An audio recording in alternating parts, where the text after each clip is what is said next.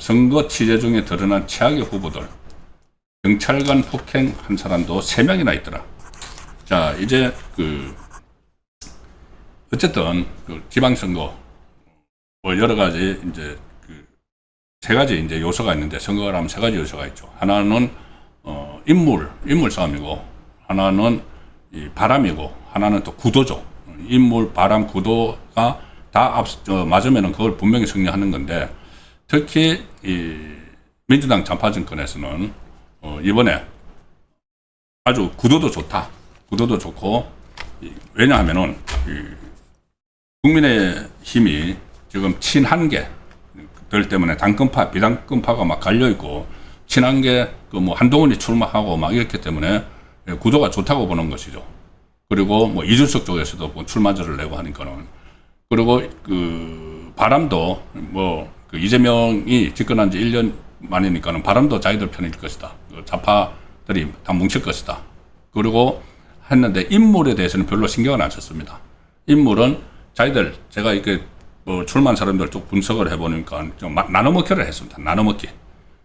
정청래 쪽하고 이재명 쪽하고 막 나눠먹기를 해서, 이재명 쪽에 청와대에 있던 사람들 막 내보내고, 정청래 신북도 막 내보내서, 가령 전라북도 같은데 지금 난리가 났죠. 이재명 접근 억지로 공천 주는 바람에. 자, 그런 상황이니까 민주당이 이번에 자기들이 확실히 우세하다고 생각을 하고 인물 검증을 하지 않고 막 후보들을 내놨기 때문에 별 후보들이 지금 다 나와 있습니다. 흠결 있는.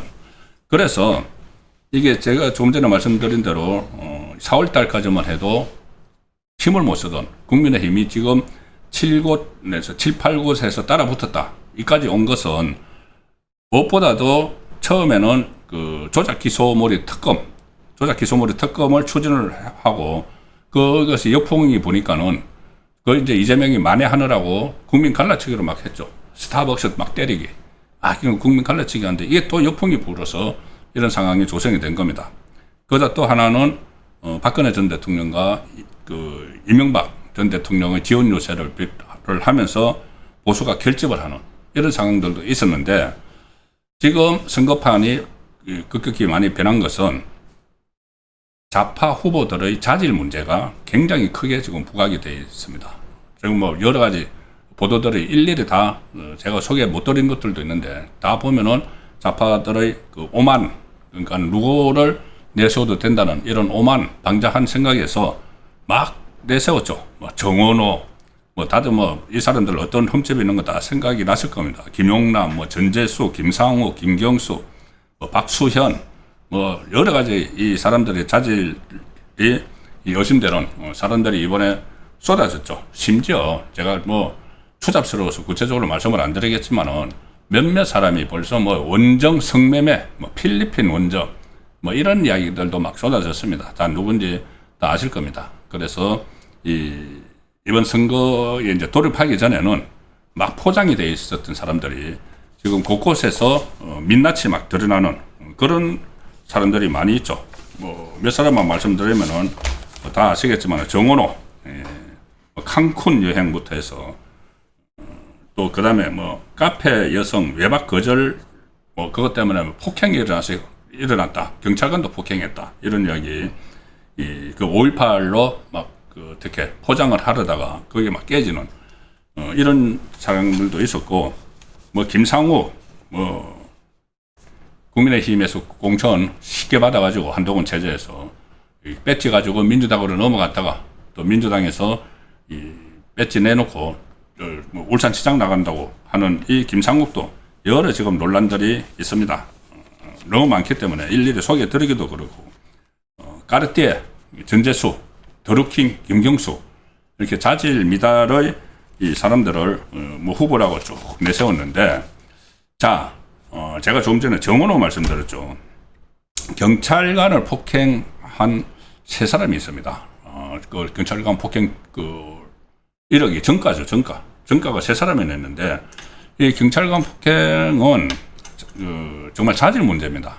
공권력을 무시하고, 특히 경찰 같은 경우는 정말 존중받아야 되고 치안을 바로 세우고 국민 생활을 안전하기 위해서는 필수적인 그 조직이죠. 그 경찰관을 폭행했던 사람들이 지금 시장이 되겠다고 나서고 심지어 교육감이 되겠다고 나서는 사람들이 있습니다. 경찰관 폭행 전과가 있는 사람이. 자, 그래서 이 처음에 시작이 될 때는 여러 가지 구도만 보고 뭐 인물만 그 구도만 보고 이렇게 바람만 보고 했는데 지금 인물들이 그 민주당에서 내세운 인물들이 하나씩 둘씩 민낯을 드러내는 상황인데 가령 경찰관 폭행을 한 그 지금까지는 주로 정원호 이야기만 많이 했죠. 뭐 정원호는 그 부분에 대해서 여전히 아리송한 상황에서 지금 투표를 앞두고 있는데 나중에라도 이게 고소고발이 돼 있기 때문에 드러나면 상당히 위험해질 수도 있습니다. 그리고 또 한 사람이 김병욱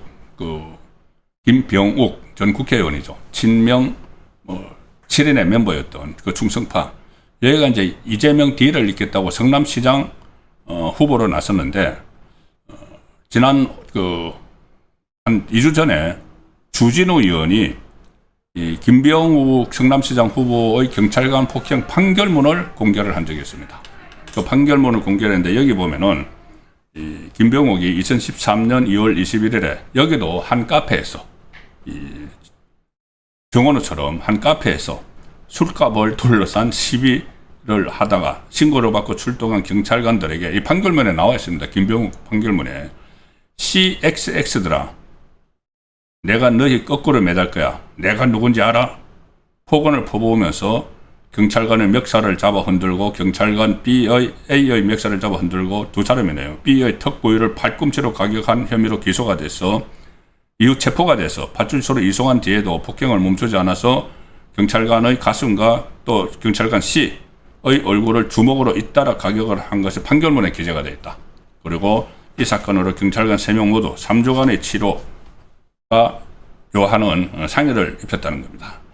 자, 그래서 이거는 정원호하고 폭행 전과도 비슷하다. 두 사람의 행태가 반박이 같다. 이런 사람들이 지금 서울시장에 나서고 이 성남시장에 뭐 국회의원까지 하고 성남시장에 나서겠다고 이렇게 하고 있습니다. 그리고 저도 이건 취재 과정에서 알았는데 또 한 사람 경찰관 폭행을 한 사람이 있는데 이 사람은 행정부처도 아니고 교육감을 하겠다고 지금 나가 있습니다. 경기도 교육감, 민주당, 그건 당이 없죠. 교육감은 당이 없습니다. 당이 없는데 무슨 뭐 진보 단일 후보 이래서 나가 있는데 안민석. 원래 워낙 이 교육감 선거에 지금 관심이 없으니까는 안민석이 여기 뭐 경기도 교육감에 나가서 이렇게 선거 유세를 하는 것도 아마 잘 모르셨던 분도 많을 것 같습니다. 이 안민석이 국회에서 모선을 했던가요? 여러 가지 논란을 일으켰죠. 어쨌든 뭐 최순실 씨 문제도 막 얽혔고 여러 가지 논란을 일으켰는데 이 경기도 교육감에 지금 출마를 했는데 이 안민석이 또 경찰관 폭행 이력이 있다. 그래서 제가 아니 정말 이렇게 공권력을 무시하고 경찰관을 폭행을 하고 그 여러 가지 논란을 일으킨 사람이 교육감 선거에 출마했다는 게 도통 좀 납득이 안 됩니다. 자, 어쨌든 지금 출마를 했는데 제가 지금 이제 경찰관 폭행 사건을 일으킨 사람들을 이렇게 취재를 하다 보니까 지난번에 4월달에 쓴 기사 하나를 봤습니다. 더 퍼블릭 기사인데 안민석과 관련해서 경찰 폭행 플러스 사법 리스크 안민석 경기 교육감으로 괜찮나 우려 목소리가 솔솔 나온다. 자, 이 안민석 쪽이 경기 교육감 출마한 걸 뭐 아시는 분, 경기도 이제 사시는 분들은 많이 아실지 모르겠지만은 그런데 그 논란이 많던 안민석이 경기 교육감으로 갔는데 이제 뭐 경찰 폭행 사건도 있었고 사법 리스크가 있는 안민석이 출마를 했다. 민주 진보 진영 단일 후보로 선출됐다고 합니다. 그때 4월달에. 그런데 이 폭행 전과가 있는 데다가 허위 사실을 유포한 혐의로 2심이 진행 중이다. 안민석은 그때 최순실 씨죠. 최서원 씨가 박근혜 전 대통령 비선 실세다. 이렇게 막 의혹을 하면서 최순실 씨가 수조 원의 돈 세탁을 했다. 사드, 도입에 간이했다. 허위 사실을 유포한 혐의로 작년 7월 1심에서 벌금 300만 원을 선고받았는데 이 항소에서 2심 재판이 진행 중입니다. 그런데 만약에 2심에서 징역형 집행유예 등 금고 이상을 선고받고 대법원에서 확정되면은 교육감에 당선돼도 직위를 상실하게 되는 이런 사람들이 지금 많습니다. 출마를 해가지고 그러니까 재판 중에 막 그 출마한 사람들이 몇 사람이 있죠. 민주당 좌파 진영에서 그런 사람들이 다 있습니다. 최순실 씨가 최근에 그 안민석을 상대로 손해배상 청구 소송을 제기를 했고 대법원은 이 안민석이 최순실 씨에게 2천만 원을 배상하라고 판결을 확정을 하기도 했습니다. 그래서 이것이 이제 손해배상이고 실제로 지금 2심에서 300만 원을 벌금을 선고받은 허위사실 유포 이것도 만약에 대법원에서 확정이 되면은 그러니까 2심에서 일단 그 금고형 이상을 선고를 하고 징역형 집행유예 같은 것을 그 대법원에 확정을 하면은 이제 교육감도 내놔야 되는데 일단 1심에서는 뭐 벌금이니까 거기에는 해당 사항이 없다고 하더라도 어쨌든 이 재판 중인 사람이 이 교육감 선거에 나섰다. 자, 이거 학생들이 어떻게 생각할까요? 그리고 폭행 전과도 안민석은 있는데 이게 그 2008년에 그때 이른바 강우병 시위 당시에 그 시위 현장에서 경찰관들하고 충돌을 했는데 경찰관 3명을 폭행을 했다. 안민석이. 체육학과 교수인가 뭐 그랬죠. 그래서 지금 뭐 교육감 선거에 나온 것 같은데 강우병 시위 당시 경찰관 3명을 폭행해서 대법원에서 벌금 300만 원이 확정이 됐던 그런 인물이 지금 이제 또 교육감 선거에 나섰다는 겁니다.